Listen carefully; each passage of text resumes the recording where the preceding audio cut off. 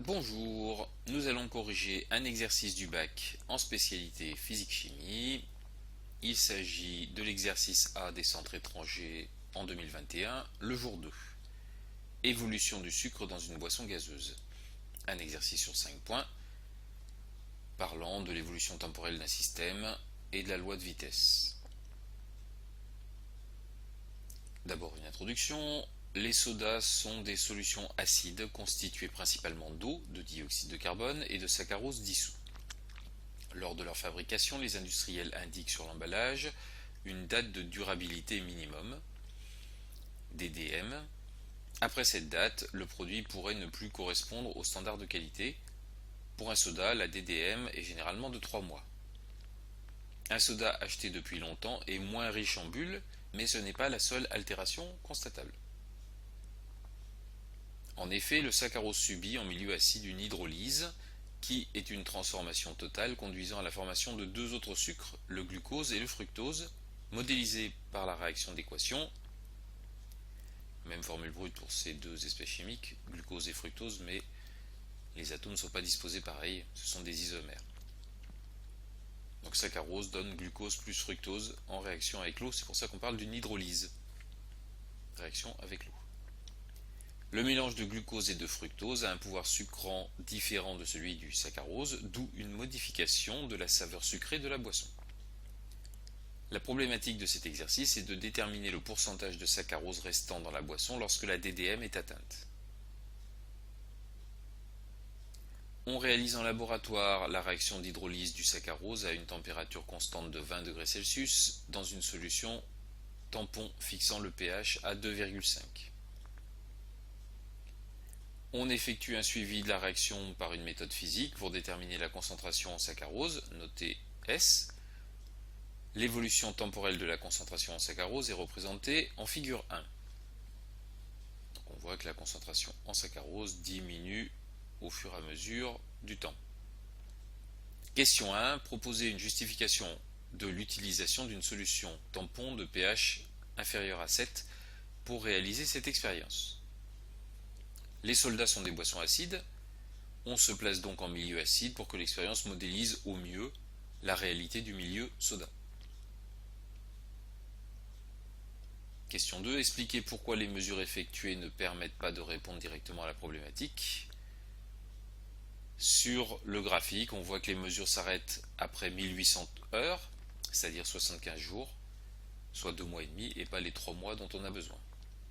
La DDM étant généralement de 3 mois, les mesures s'arrêtent trop tôt pour pouvoir répondre directement. Pour pouvoir estimer le pourcentage de saccharose restant lorsque la DDM est atteinte, on souhaite modéliser l'évolution temporelle de sa concentration S. On émet l'hypothèse que cette évolution suit une loi de vitesse d'ordre 1 et on souhaite vérifier cette hypothèse. Question 3. Définir la vitesse volumique V de disparition du saccharose. La vitesse volumique de disparition est définie par la relation V égale moins dérivée de la concentration en S par rapport au temps. C'est une définition qu'il faut connaître et donner. C'est l'opposé de la dérivée par rapport au temps de la concentration en saccharose, c'est-à-dire la variation de la concentration en saccharose. Avec un moins, puisque cette concentration diminuant, ça permet d'avoir une vitesse de disparition positive. Question 4. Expliquez comment obtenir une estimation de la valeur de la vitesse volumique de disparition du saccharose à un instant t donné à partir des mesures réalisées. L'explication peut être illustrée par la réalisation de cette estimation pour une date au choix du candidat. Donc, la dérivée à un instant t correspond à la pente de la tangente à la courbe en ce point. Par exemple, si on prend à la date t égale 400 heures, on trace la tangente qui passe par ce point, et la dérivée de la concentration de saccharose par rapport au temps va correspondre à la pente de cette droite tangente. Donc pour avoir la pente d'une droite, on fait YB moins YK sur XB moins XA, en prenant deux points. Donc là j'ai pris le premier point ici sur l'axe des ordonnées et le deuxième point ici sur l'axe des abscisses. Ça nous fait YB 0 moins YK 0,024 environ sur XB 1780 moins 0 pour xa. Ce qui fait moins 0,024 sur 1780 mol par litre ici et heure ici, ce qui fait moins 1,3 fois 10 puissance moins 5 mol litre moins 1 heure moins 1. Et pour la vitesse, puisque c'est l'opposé de cette dérivée, 1,3 fois 10 puissance moins 5 mol litre moins 1 heure moins 1. Voilà, on a montré par un exemple en un point particulier de la courbe. Question 5. Dans le cas d'une loi de vitesse d'ordre 1, rappelez la relation existant entre la vitesse volumique de disparition V du saccharose, la concentration en saccharose et une constante de vitesse notée K. Pareil, définition à connaître. La vitesse, c'est K fois la concentration. La vitesse est proportionnelle à la concentration. Sur le graphique de la figure 2, l'évolution de la vitesse V de disparition du saccharose est représentée en fonction de la concentration S de saccharose. Donc la vitesse ici, la concentration ici, et on a ces points qui correspondent à la mesure. Question 6, discuter de l'accord des mesures avec une loi de vitesse d'ordre 1. On peut remarquer que le graphique confirme la proportionnalité entre la vitesse et la concentration, puisque les points sont alignés avec l'origine. Donc la loi de vitesse d'ordre 1 est vérifiée. Question 7, montrer que la constante de vitesse K a une valeur de l'ordre de 7,3 fois 10 puissance moins 4 heure moins 1. Pour ça, comme V égale K fois S, K est le coefficient directeur, c'est-à-dire la pente de la droite, on va déterminer K en faisant, comme tout à l'heure, YB moins YK sur XB moins XA, en prenant 2 points. On a tout intérêt à prendre A à l'origine, puisque dans ce cas-là, XA et YK sont égaux à 0, et ça va nous simplifier les calculs, et on va prendre B à un point où les valeurs sont simples à déterminer, par exemple ici, puisque là, on a YB qui va être égal à 1,10 fois 10 moins 5, moins YK égale 0 donc, sur XB 0,015, moins 0 pour XA. Ce qui fait 1,10 fois 10 moins 5 mol litre moins 1 heure moins 1 divisé par 0,015 mol litre moins 1. Les mol litre moins 1 se simplifient, et si on fait le calcul de ça, ça nous donne 7,3 fois 10 moins 4 heure moins 1. Ce qui correspond bien à ce qu'il fallait démontrer.